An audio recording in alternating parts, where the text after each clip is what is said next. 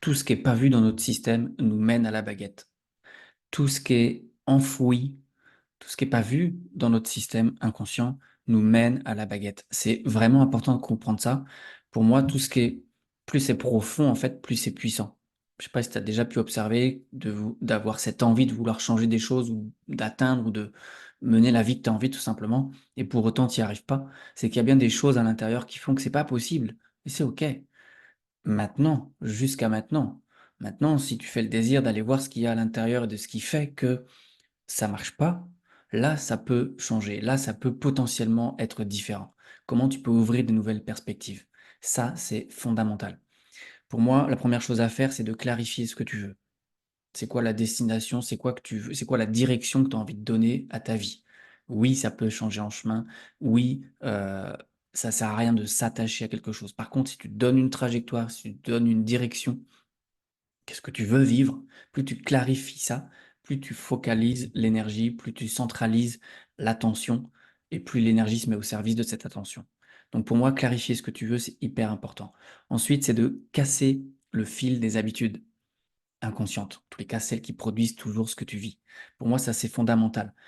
Stopper le mode automatique, donc ralentir. Si tu continues d'avancer à la même vitesse, il ne se passera pas grand-chose de différent. Si déjà tu commences à ralentir, à prendre de la hauteur, à voir ce qu'on appelle les angles morts, ce qui potentiellement ne peut pas être vu quand tu es à fond la caisse, plus tu ralentis, plus tu peux stopper le mode automatique, plus tu as du pouvoir après sur le choix que tu fais sans arrêt. En fait, on est sans arrêt en train de faire des choix dans le quotidien. Généralement, en tous les cas, pour la plupart, ce sont des choix inconscients, d'où le mode automatique. Mais ils mènent toujours au même endroit, en fait, ces choix-là. Donc, quand tu veux changer la direction, quand tu veux vivre autre chose, ralentis, stop le mode automatique. Donc, clarifie ce que tu veux, stop le mode automatique. Et le troisième point, qu'est-ce que j'avais noté? Je n'en avais pas noté d'autres. C'était ces deux points-là. En fait, il faut bien comprendre que on n'est pas un paquet de réflexes conditionnés. On se résume pas à ça, en fait.